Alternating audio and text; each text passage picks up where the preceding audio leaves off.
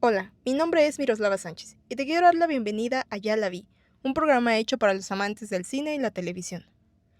Muy buenas tardes, damas y caballeros, sean bienvenidos a un nuevo episodio. El día de hoy tengo varios temas de los cuales quiero platicar con ustedes, pero vamos a comenzar con una película que es muy popular en el momento, al menos en el país, y es Soy Frankelda. Esta película, dirigida por Arturo y Rodolfo Ambrís, habla de la historia de Francisca, una niña que quería contar historias, que quería que sus cuentos fueran vistos, conocidos. Vivía en un pueblo en el que realmente nadie le hacía caso acerca de sus historias. Digamos que como era mujer, pues no le querían dar credibilidad por sus cuentos, pero aparentemente ella tenía unas historias maravillosas que solamente las lograron apreciar en un mundo pues muy diferente. Esta película tomó aproximadamente 3 años en realizarse y se presentaron diversos retos económicos y logísticos, principalmente económicos, porque no querían financiar su proyecto. Así como la mayoría de los proyectos independientes en México, fue para los hermanos Ambrís muy difícil que una productora quisiera financiar por completo la película. Entonces ellos tuvieron que tomar decisiones pues bastante complicadas en su vida. Ellos hipotecaron casi todo, lo cuentan en una entrevista que perdieron casi todo con la esperanza de que esta película pues retornara la inversión que tuvieron y vaya que lo hizo. Vamos a hablar un poco más de la producción. 150 marionetas, 60 cambios de rostros, 45 sets y 2200 props hicieron que esta película tuviera vida y vaya que es una película visualmente increíble.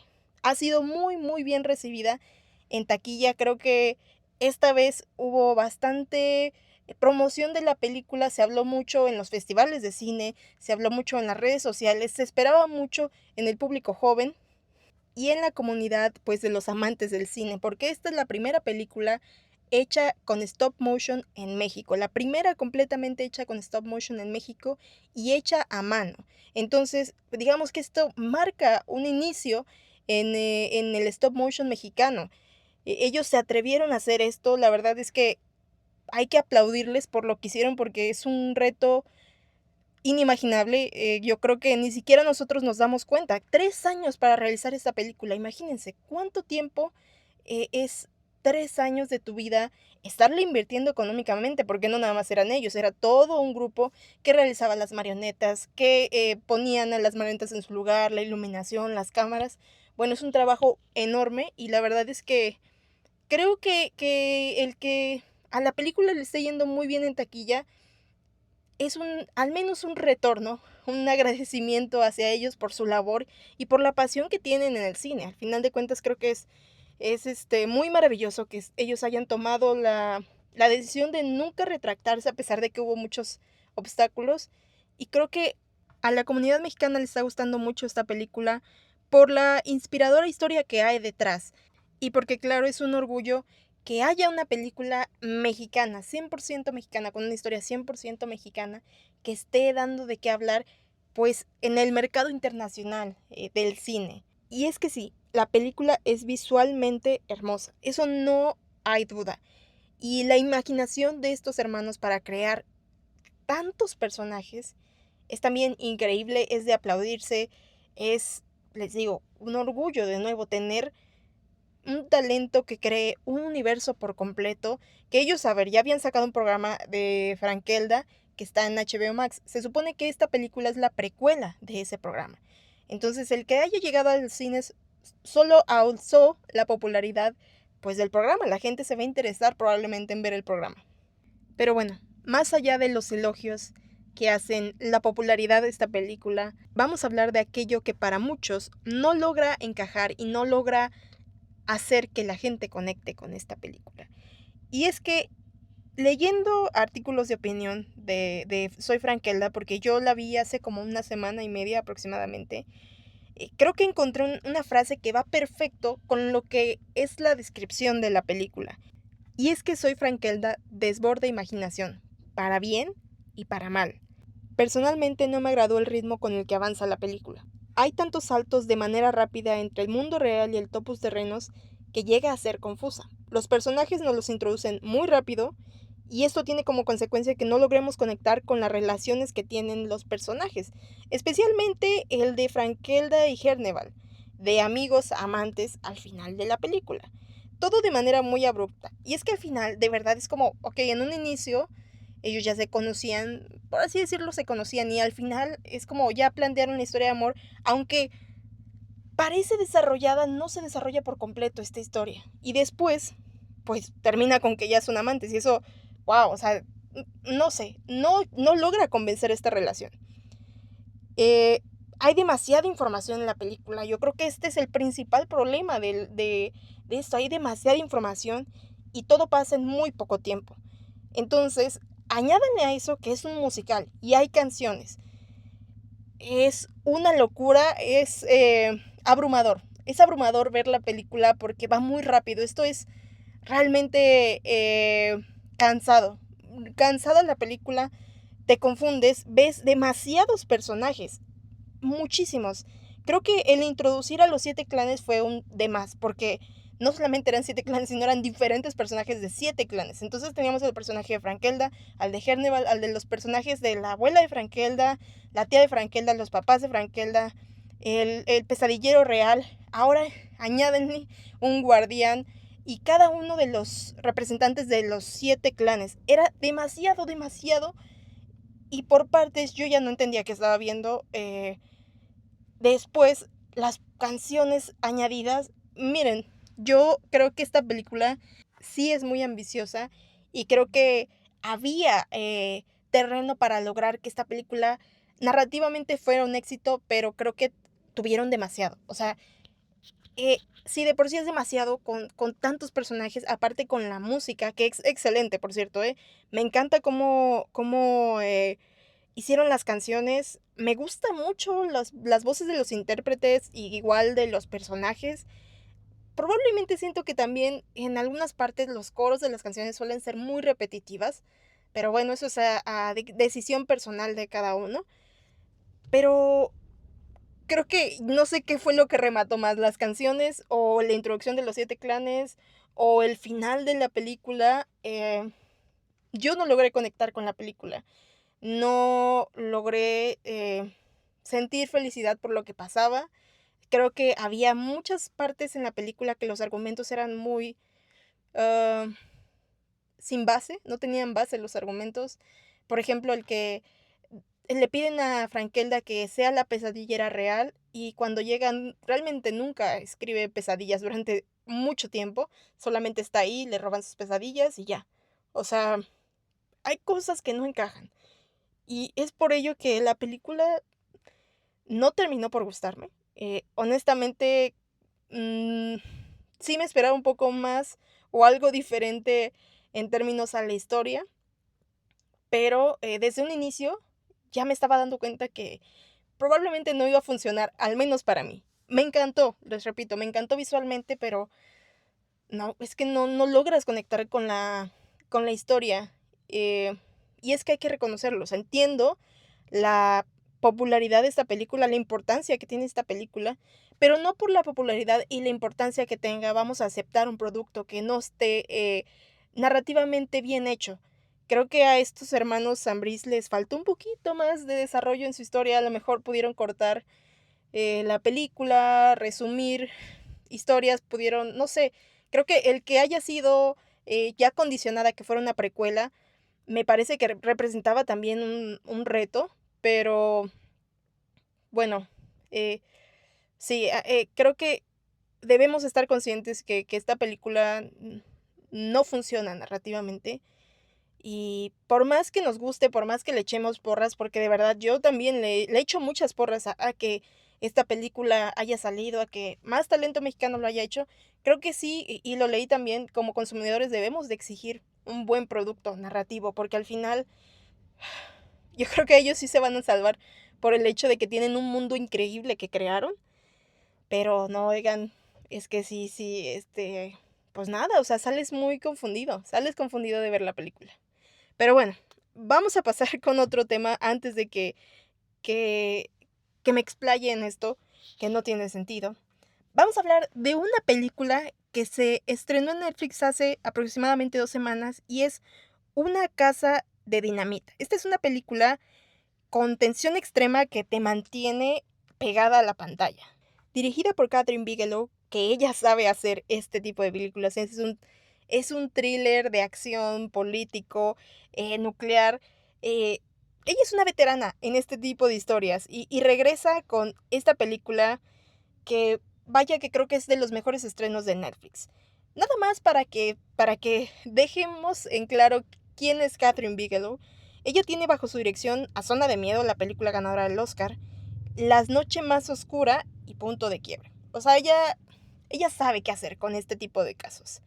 Y lo hace increíble. Una casa de dinamita es una película que habla sobre amenazas nucleares. La premisa es la siguiente. En los radares militares de Estados Unidos detectan un misil nuclear que va dirigido a ese mismo país, específicamente Chicago.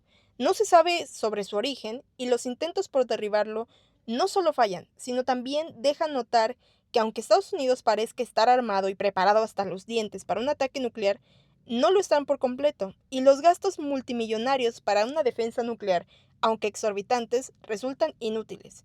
Esta es una película que plantea de forma detallada la reacción del gobierno ante una situación como esta. Incómoda, tensa y maravillosa al mismo tiempo, nos permite no solo tener la reacción de un personaje, sino de todos los que la historia presenta. Todos ellos son protagonistas de su propia historia, pero al mismo tiempo son piezas claves, literalmente, en la crisis política americana, dejándonos ver así diferentes matices y formas en las que este problema afecta y hace que reaccione la gente. Y lo mejor, creo que es lo más valioso, es que cuando va a llegar al final, el momento de la toma de decisiones, el debemos de atacar, a quién debemos de atacar, qué plan de ataque vamos a elegir, y cada reacción a ello lo vemos desde la perspectiva de los protagonistas que nos presentan. El presidente de Estados Unidos, el director de la CIA, agentes de segundo y tercer nivel del gobierno, y el final, sin spoilearlo, porque se va construyendo cada que vemos una de las perspectivas, termina con una decisión del presidente. Y es que no les puedo decir más, porque está genial, es inesperada y perfecto. Un final que probablemente no esperamos, pero es digno de la trama de esta película. Y vaya, qué cosa, o sea, tiene a Idris Elba, tiene a Rebecca Ferguson, tiene a muchos actores de gran categoría. Y es que aquí, aunque tengamos demasiado que nos presenta la película, demasiado que nos enseña la situación, todo se desenvuelve en un solo caso, todo llega a una o diferentes conclusiones, pero desde una sola perspectiva. Es que, no, tienen que ver esta película, está increíble, yo creo que es de los mejores proyectos que presenta Netflix y creo que estuvo súper bien que no dudaron en presentarlo en el Festival de Venecia. Aunque económicamente no es el éxito de Netflix del año, creo que narrativamente es de las mejores, incluyendo obviamente Frankenstein de Guillermo del Toro. Ahora pasemos con una de mis series favoritas de este año y es que de verdad, neta, tienen que ver esta serie, La Diplomática. Protagonizada por Kerry Russell como Kate Wyler y Rufus Sewell como Hal Wyler y creada por Deborah Kahn, es sí o sí de las mejores series que tiene Netflix en la actualidad y una de las mejores de los últimos años. Prueba de esto es que han sido nominada al Emmy. Una serie con una protagonista llena de aspiraciones ambiciosas, habla de cómo Kathryn Wyler es una política que ha estado metida en el gobierno junto con su pareja Hal Wyler por muchos años cerca de la Casa Blanca como embajadores. Ellos están especializados en acciones de guerra y relaciones exteriores con Kabul, con países del Medio Oriente. Bueno, resulta que ocurre un incidente. Un buque naval de Inglaterra ha sido atacado. 41 marinos han muerto en ese buque y no se sabe quién los atacó. Para ello, la Casa Blanca decide mandar a Kathryn Wyler como embajadora. Kathryn nunca ha sido embajadora y menos de Inglaterra. Entonces, vamos viendo cómo se construye la historia de Kathryn, cambiando de un ámbito en el que estaba, digamos, en el Medio Oriente un poco más rudo, que tomaba decisiones, pues, un poco más precisas, a tener que estar en un ambiente que se desarrollaba socialmente. Entonces era, digamos, una persona muy cerrada a socializar y a conversar, a formar parte de este ámbito y tener que llevar a su esposo con él. Su esposo, que no parecía una sombra, sino parecía una sombra que, la opacaba a ella, porque él había sido el embajador en muchas ocasiones, tiene que adaptarse a esta nueva vida y nosotros vamos viendo cómo ellos tienen sus diferentes ambiciones y cómo se desarrolla, lo que pasa detrás de toda la política exterior e interior desde países desarrollados como lo son Estados Unidos y Inglaterra. Y es que esto a mí me parece magnífico. O sea, si han visto, House of Cards, creo que les va a encantar la diplomática. Probablemente a mí me gusta mucho House of Cards, pero se me hace un poco aburrida. La diplomática tiene estos cliffhangers y estos cambios de narrativa que hacen que siempre esté como más vigente que House of Cards, en mi opinión. Pero sí vemos mucho de todas estas decisiones que se toman cuando pasan este tipo de situaciones como la explosión del buque. ¿Quién habla con quién de cada uno de los gobiernos? ¿Cómo se investiga quiénes son los responsables? ¿Qué niveles de importancia tiene un embajador? Por ejemplo, un agente de la CIA, un jefe de misión. ¿Quién toma la decisión finalmente? Y me encanta cómo sí exponen cómo es el trabajo de un embajador en un país. Y a mí me gusta muchísimo porque es descubrir lo que pasa. Antes de que nos llegue a nosotros, al público, pasan muchísimas cosas y a lo mejor no es como lo plantean en la serie, a lo mejor tiene mucho parecido, pero es como un chisme, está para estar todo el tiempo ahí, viendo la serie. Y es que a pesar de lo hermoso que es la política en esta serie, al final se centra en las historias de estas parejas que viven y trabajan juntas en un ámbito extremadamente estresante y competitivo. Deborah Kahn pudo desarrollar la historia tan compleja de Kate y Hal, y es que logramos entender ambas perspectivas, y aunque en muchas ocasiones ambos son irritantes porque son personas que sí, probablemente están buscando el protagonismo en la política, en asuntos internos, no puedes odiarlos. Ambos son geniales, los personajes los amas. O sea, el personaje de Hal yo lo quiero aunque haya tomado decisiones tan tontas.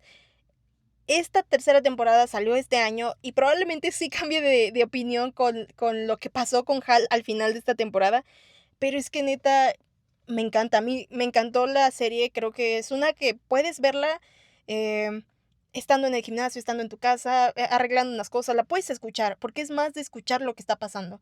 Eh, y creo que no necesitas estar todo el tiempo viéndola, porque toda reacción es a través de nuestro oído. Entonces, miren, yo creo que esta es una serie que sí o sí deberían de añadirla a su lista.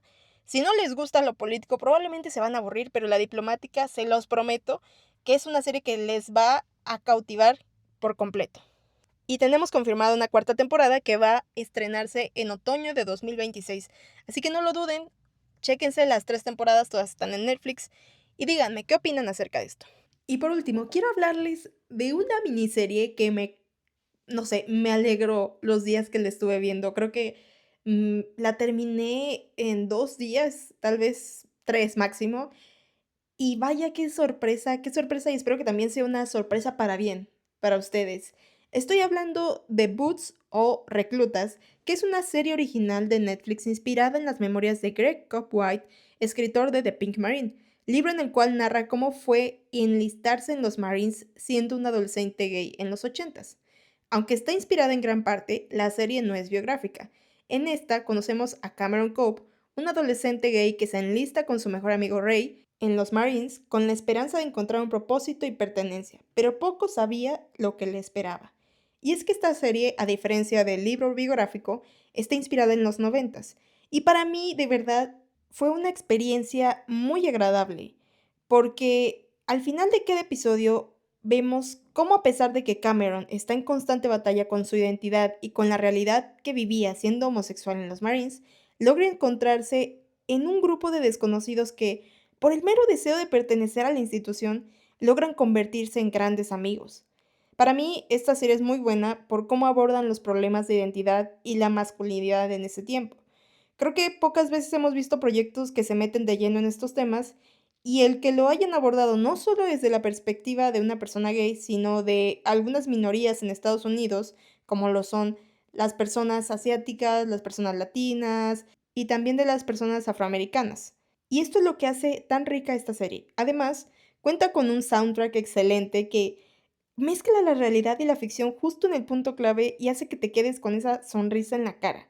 Y es que la historia cuenta cómo Cameron, que siempre ha sido bulleado toda su vida por ser diferente, por ser amanerado, por simplemente querer estar con su amigo, con el único que le hace caso, que lo entiende, porque en su casa su madre siempre lo ha tratado pues con mucha indiferencia, le ha dado prioridad a su hermano, decide irse de campamento con su amigo pensando que el campamento de los Marines iba a ser algo diferente y resulta que era pues este campamento de reclutamiento. Entonces se tiene que enfrentar a una realidad en la que está pues llena de machismo, llena de autoridad y lo que tiene que hacer es sobrevivir. Y Cameron, a pesar de que parece una persona frágil, porque eso te lo presentan, termina siendo un personaje muy fuerte que, como les digo, siempre está en constante pelea con él mismo, pero el tener esa presencia, ese yo y ese super yo ahí con él para decirle, ¿sabes qué? Ríndete o sabes qué, tú puedes, demuéstrale a la gente que tú puedes. Me encanta cómo juegan con este problema de la identidad, porque les digo, no solo es en él, claro, principalmente estamos hablando de Cameron en la serie, pero también se le presentan situaciones a Ray, como por ejemplo que un sargento lo estaba tratando de una forma no muy adecuada por su etnia. Entonces había racismo contra Ray, había también esta presión que tenía por ser perfecto, porque en su familia su padre había sido también un marine y tenía que ser él perfecto y hacerlo todo increíble y sus compañeros también, por ser afroamericanos, tenían que demostrar lo que valían para quedar bien en la sociedad, o sus otros compañeros que venían de otros países tenían que ser como este personaje rudo y esta batalla de tengo que serlo o tengo que comportarme como uno más del equipo, ser más generoso, ser menos egoísta. Entonces, son diferentes historias, pero siempre están todos en constante encuentro con ellos mismos. Y es que a pesar de sus diferencias, todos terminan siendo amigos. A lo mejor no amigos completamente cercanos, pero cada uno de ellos pasó por la misma situación que los demás. Todos estaban batallando en el campamento de preparación, todos extrañaban sus hogares, pero ninguno, o la mayoría de ellos, se rindió. Y lo que les comentaba del soundtrack es que neta tienen que ver el final de, creo que la mayoría de los episodios cuando sale una canción. Neta, creo que la clavaron con esa intervención de la música, es genial, es gracioso, es conmovedor. La mayoría del tiempo la serie es conmovedora. Claro, te preocupas mucho por los personajes y les quiero decir un poco del final. No se los quiero spoiler por completo, pero básicamente lo voy a hacer. Y es que cuando termina este campamento y los que logran llegar a ser Marines, pues salen al mundo. Tristemente les toca enfrentar una situación, y es que recuerden que les dije que estaba ambientado en los noventas. Entonces, están reunidos celebrando y escuchan las noticias. Estados Unidos va a ir a guerra contra Irak. Y ahí termina la serie.